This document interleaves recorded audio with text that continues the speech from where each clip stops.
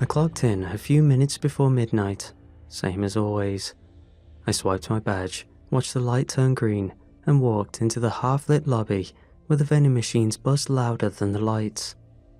I set my thermos down, tapped the monitor to wake it up, and started another shift guarding a building that never saw traffic. Technically, I work security for a research facility on the edge of the industrial district. What kind of research? I couldn't tell you. They don't brief the night guards. My job is simple. Walk the halls every hour, check the doors, monitor the cameras, and call it in if anyone tries to sneak onto the property. No one ever does. Honestly, I think the whole place is a shell company. There are labs and conference rooms, sure, but I've never seen more than 3 or 4 people in the building during the daytime turnover. The lights stay off in half the offices. Most of the server racks hum to keep themselves busy. Once in a while, I'll see a crate in the loading bay marked Hazard, but it's always empty by the time my shift starts. The boredom is what gets the most guys. Not me. I don't mind the lack of action. There's a comfort in routines that never change. I keep a radio on the desk, one of those weather alert units that doubles as an emergency broadcast receiver, wired to receive work notifications that never came. Only the occasional emergency alert would pop through, never important to me, but something to break up the monotony of the shift. Usually, it just loops weather updates or dead air. Tonight, it hums softly, tuned low enough to ignore, but loud enough to notice if something serious happened. Outside, the wind pushed against the security glass. I sipped lukewarm coffee and flipped through the incident report log, already knowing it would be empty. The camera feed showed still hallways, a broom leaning against a janitor's closet, a copy room no one used. The red light above the exit sign blinked at its usual pace.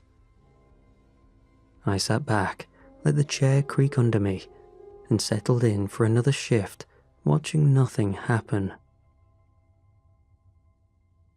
I'm good at being invisible. I don't ask questions, I don't get in the way. I do the job, fill out the forms, and keep my head down. Most people forget I'm even here. The shift had settled into that quiet dead zone between 2 and 3 a.m, where time stretches and the brain starts to drift.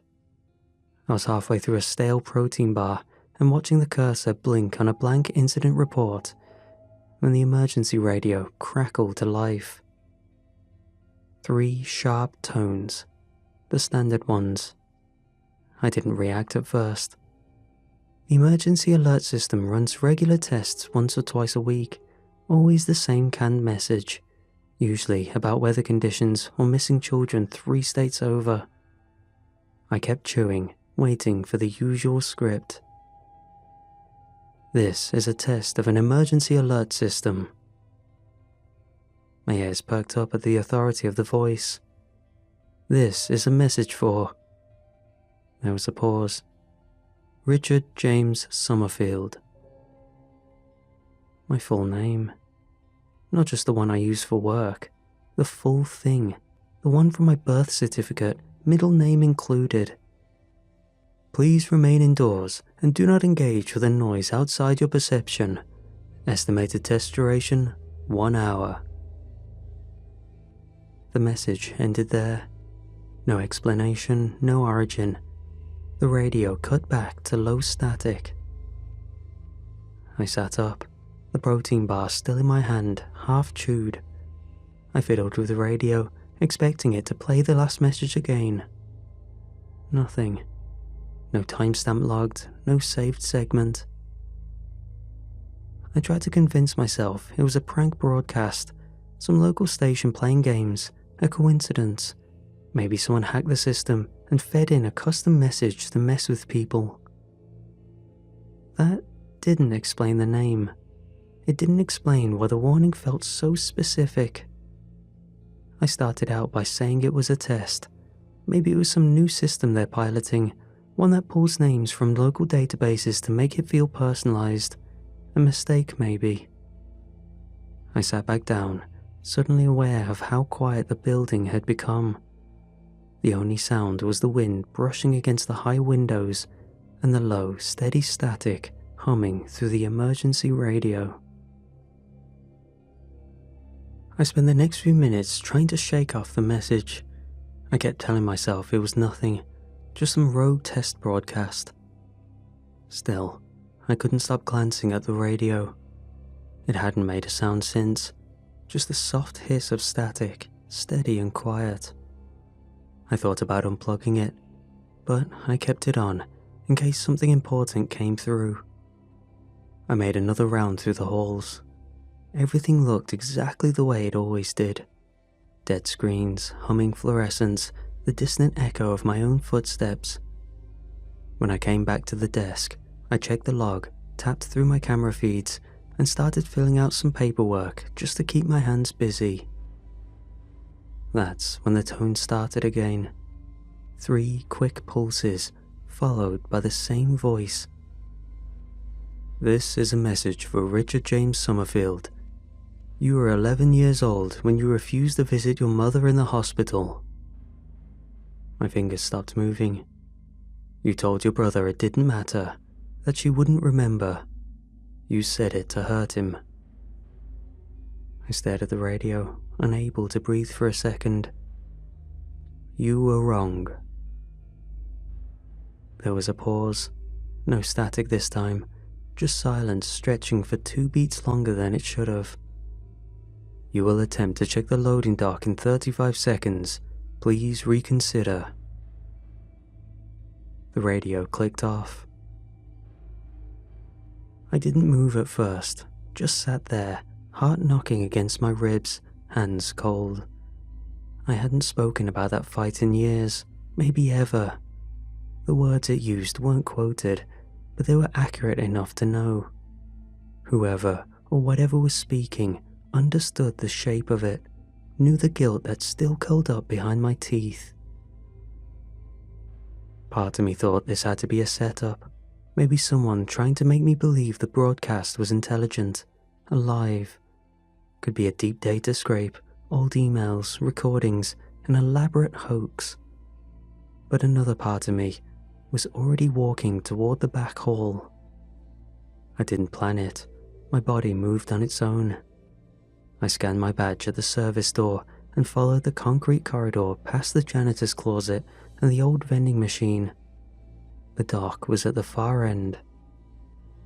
I reached the metal door and pulled it open. The dock outside was empty. No trucks, no footprints, just wind moving through the chain-link fence.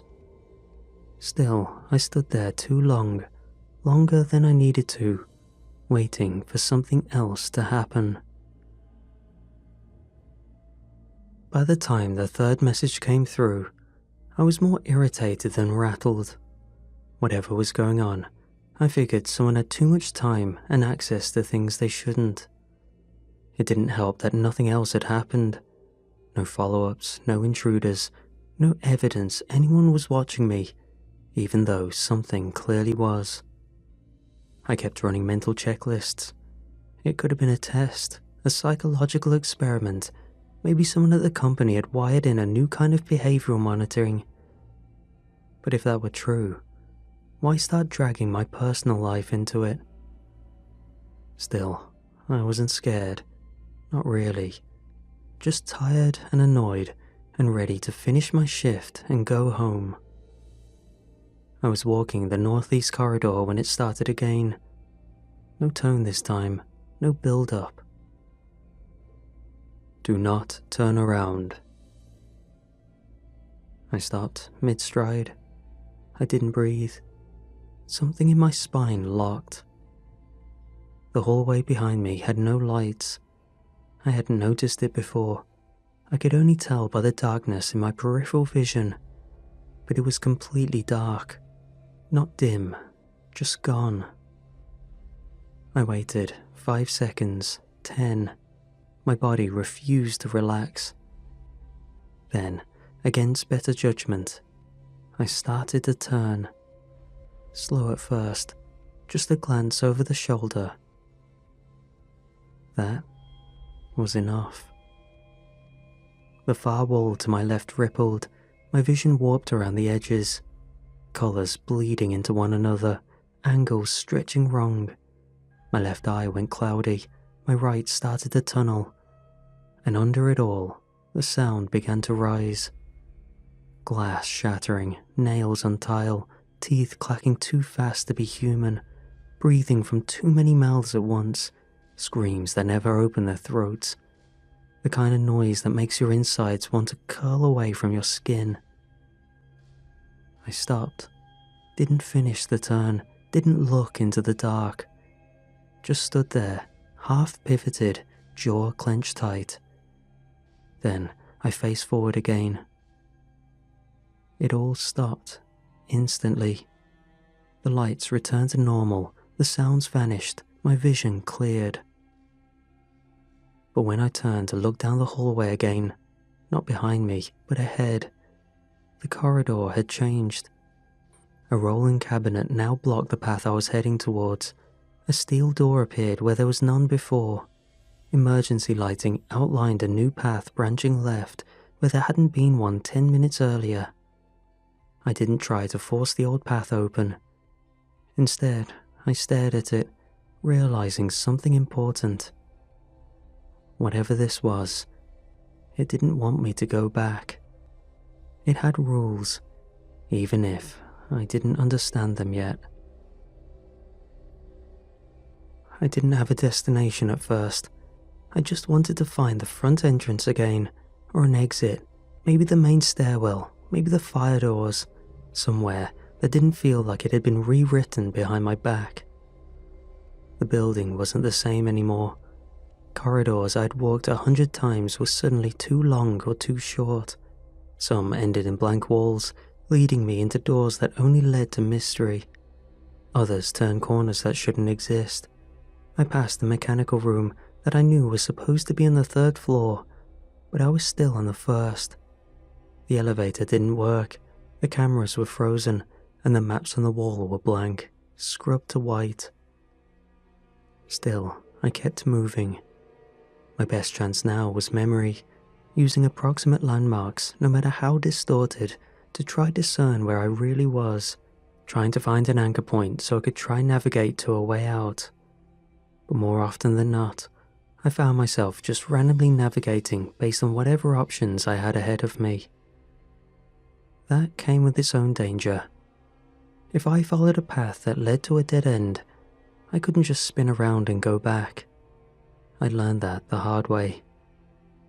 Once or twice I flinched at a sound behind me, footsteps where there shouldn't have been, a door slamming shut at the far end of a hall. An instinct took over. I'd start to turn, always just a little, always just enough to catch the start of something wrong. A ripple in the air, that shrieking, layered noise bleeding through again. And always, I caught myself just in time. It was becoming reflex. Forward only, no matter what I heard. That was when the voice returned. No warning tone, just there suddenly, woven into the air like it had always been speaking. Route correction in effect. Please proceed to the observation zone. Avoid interior mirrors. I stopped walking. The hallway ahead dipped slightly before curving to the right. I hadn't been down this way in months. I was pretty sure it only led to storage, not any place labelled observation zone. The voice didn't speak again, just the one line delivered in that semi-human tone. I kept going, choosing a side path instead. It should have led past the central IT server room and back toward the lobby. At least it used to. Halfway down the corridor, I spotted a round security mirror mounted in the corner. From where I stood, I could see myself in it, blurry but centered. That wasn't what stopped me. What stopped me was the blackness behind my reflection. Pitch black, like everything behind me had been cut out of the frame, even though I knew there were lights on. I stepped closer. When I stood beneath it and looked up, The reflection was gone. The surface of the mirror was now just glass dark. No light, no shape, nothing reflected at all. Every reflective surface I passed after that behaved the same way. At a glance, they showed my silhouette and blackness behind me. The moment I got close, they turned to dead glass. I stopped checking them after a while. At that point, I wasn't just avoiding the path the broadcast wanted me to take. I was actively working around it, trying to stay ahead of whatever route it was building for me. I didn't trust it. I didn't trust any of this. But I couldn't afford a mistake. If I wandered into a corridor with no other way out, and the walls behind me decided to erase the path I'd come through, I'd be stuck. Or worse, I'd be forced to turn around. And I was starting to believe that something was waiting for me to do just that. I was moving faster now, not running but close to it. My heart had settled into a low, steady beat just above normal. I kept my eyes forward, scanning for changes in the layout, watching the walls for fresh seams or strange signage. My flashlight flickered once, then came back strong. I tapped the battery gauge. Still full. That was when the broadcast cut in again. It didn't wait for me to stop. No setup. The voice spoke as if it had been listening the whole time, which I now suspected it had. You are checking the battery level. My chest tightened. I stopped walking. It knew what I was doing. Then it added one more line. Avoid the next intersection. You won't listen. We are sorry. I stood in the center of a long, low corridor, the overhead lights buzzing above me in rhythm with my pulse. The radio shut off again, nothing but the quiet hum of old fluorescent tubes. The line echoed through my head as I moved again, slower now, eyes narrowing as the hall opened into a crossroad. There, at the intersection, I heard it. Not loudly, but it was there. Sobbing, faint, choked and slow, like someone trying not to be heard. And underneath it, another sound. Breathing, ragged, wet. Then a single, mechanical click. I stopped at the threshold, one foot still in my hallway, the other just past the corner. The crying sounded closer. I didn't move for a while. I stood frozen, thinking about the voice, about the exact wording. You won't listen. So, what did that mean? That I was already choosing? That I had already failed the test it mentioned? I tried to trace my thoughts, to see where the decision had started. Was I truly choosing anything here, or was I reacting, following a trail already laid out? If I went toward the crying, was that compassion, curiosity, or a script I was meant to follow? And if I didn't, would that be real defiance, or another programmed branch? The hallway around me remained empty. The floor beneath my feet stayed steady, but my head swam with the idea that no matter what I did, I was already inside someone else's plan, that the system didn't need to control me, only predict me. I looked toward the direction of the crying, then I turned the other way and walked, fast and straight, until the sound disappeared behind me. The lights began cutting out one by one, not all at once. It started in the west corridor, then the break room, then the hallway just outside the server cages. A silent collapse of function, wing by wing. I heard it before I saw it, the soft flick of breakers flipping in sequence, leaving behind nothing but the hum of backup lighting and the sound of a low siren I'd never heard before. It wasn't blaring, not urgent. It pulsed slowly, steadily, as if reminding something to stay awake. Then every screen came to life, monitors I hadn't touched in hours, tablets still plugged in and locked, the emergency radio, all of them glowed in perfect sync, showing the same cold white text over black. Subject deviation confirmed. Sequence collapse in 12 minutes. Manual override required. You are not authorized. Proceed. That was the first time it mentioned collapse. The first time it told me, openly, that this whole thing was breaking down, though I had no idea what that truly meant. I didn't stay in that hallway. I kept moving, heading for the central spine of the building, hoping that if I stayed in motion, I could find some edge to all of this. But the layout had changed again. The ceilings dropped by almost a foot, the air vents had vanished, hallways had grown tighter, sharp turns where smooth curves had been before. I passed the supply room that looked identical to one I'd seen earlier.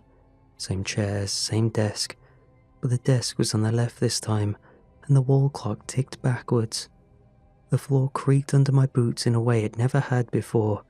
Soft, hollow, the weight of the building had shifted. Behind me, the sound began again. Clicking, but slower this time, deeper, metal tapping on tile.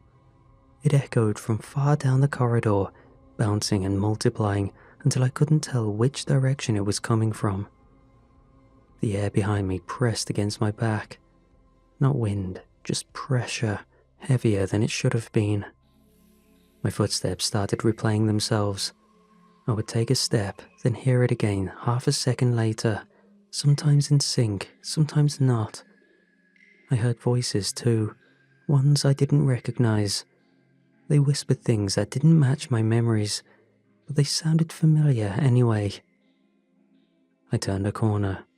I stopped breathing, didn't move, didn't speak. I didn't turn, not even a glance. But the edges of my vision began to twitch. Not black, but movement, flickering just beyond where my eyes could land. Shadows stretching without a source, a curl of something sliding along the ceiling tiles above me, never visible, always near. The clicking had stopped. It wasn't following me anymore. It was waiting. I pushed forward. I reached for a door I didn't recognize. Heavy steel, no markings. It opened with a small creak into a small room. A halogen strip flickered from above. There was no furniture, except for a metal table bolted to the floor. The room looked like it was used for experiments that were currently absent. On the table sat a mounted radio unit and a single folder. The cover was grey, stamped in red with a warning that read, "Pattern Violation Manual, Do Not Issue." I opened it. Every page was blank, except one. In the center, typed in plain black text, "If in doubt, turn around." I closed the folder, and I didn't turn. The corridor was waiting for me. Despite all the directions I took, I ended up back. Same length, same lights, same intersection. It hadn't changed since the last time I'd come to the crossroads. Except this time, the crying started before I even got close. It came from the far corridor, low at first, wet and staggered, the sound of someone trying not to be heard but failing. A woman maybe, young, or something trying to sound young. It echoed off the walls in slow pulses. Then came the radio. Turn around, comply, reset. Turn around, comply, reset. Over and over again. I stopped at the intersection. My eyes burned, my legs ached. I felt hollowed out, like every room I had passed through had scraped something away without asking. I stood still, not because I was afraid, but because I was furious. I said nothing out loud, but my mind screamed. I've followed your rules, I've broken them, I've walked your paths, avoided your traps. I've done everything. but this. What if this is it? What if this is the only move left? What if the test was never to obey, but to disobey at the right time? I turned toward the corridor where the crying waited and stepped inside. The temperature dropped instantly. My ears rang. The walls tightened around me. The deeper I walked, the louder everything became. Screeching metal, whispers that knew my name, breathing behind my neck. Every noise layered on top of the next until there was no space between them. My vision narrowed, not completely black, but close to. The edges began to glitch, filled with static and flickers of colour, as if the world behind me was being erased frame by frame. Something moved inside the walls, shapes pressed through drywall, outlines of people, but wrong. No features, just stretched skin where eyes and mouths should have been, arms folded the wrong way, fingers too long. They clawed softly at the air, not reaching for me, just twitching in rhythm with a noise. I didn't blink, I didn't speak. I kept walking. My heart felt too big for my ribs. Every breath rattled. The floor dropped slightly beneath my feet, like the hallway was being pulled downward. Then, everything stopped. One step, just one, crossed an invisible line, and the world snapped silent. The air warmed, my vision cleared, my ears rang in the absence of noise. I stood in the main lobby of the building. Fluorescent lights buzzed calmly overhead. The front windows were intact. I saw dawn breaking through the glass, faint orange light spilling across the floor.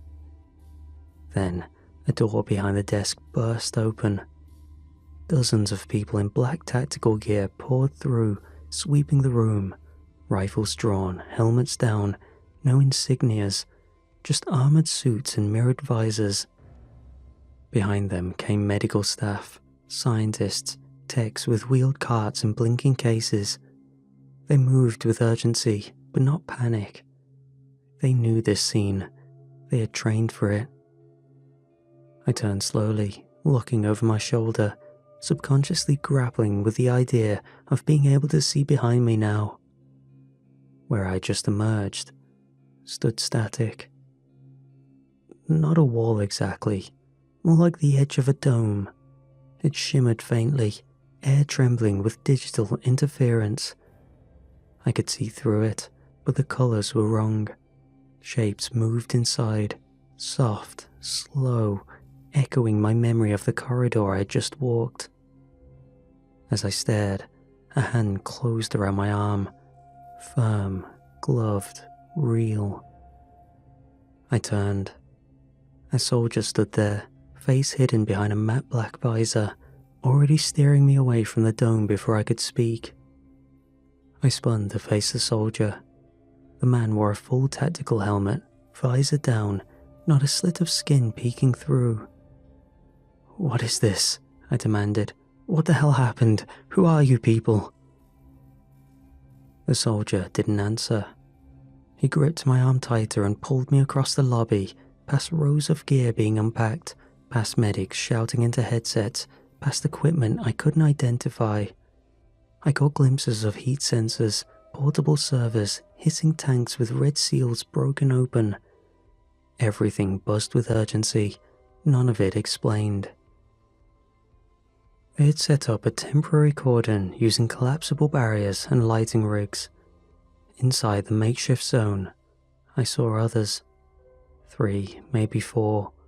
All wore lab coats, scorched and torn, some stained with ash, some flecked with static burn scoring. One woman sat hunched in the corner, cradling a cracked tablet to her chest as if it were a wounded animal. The soldier shoved me inside and stepped back. I didn't move, just stared. One of the scientists looked up, a man in his 50s, pale, wide-eyed, his face hollow with exhaustion. "You walked out?" he asked, His voice broke halfway through. You got out on your own? His shock emphasized how big of a deal this was, but without context, I still had no idea how to feel about it. What happened in there? What's going on? I asked. Finally, I got some answers. This facility has been running for a few decades. Whatever you think is cutting edge looks like gears and sticks compared to what's done here. Another scientist, a co-worker maybe, shot him a look to shut him up. It seemed he couldn't reveal exactly what they were doing here. He stood slowly and crossed the space between us, lowered his voice to a hush, barely above a whisper.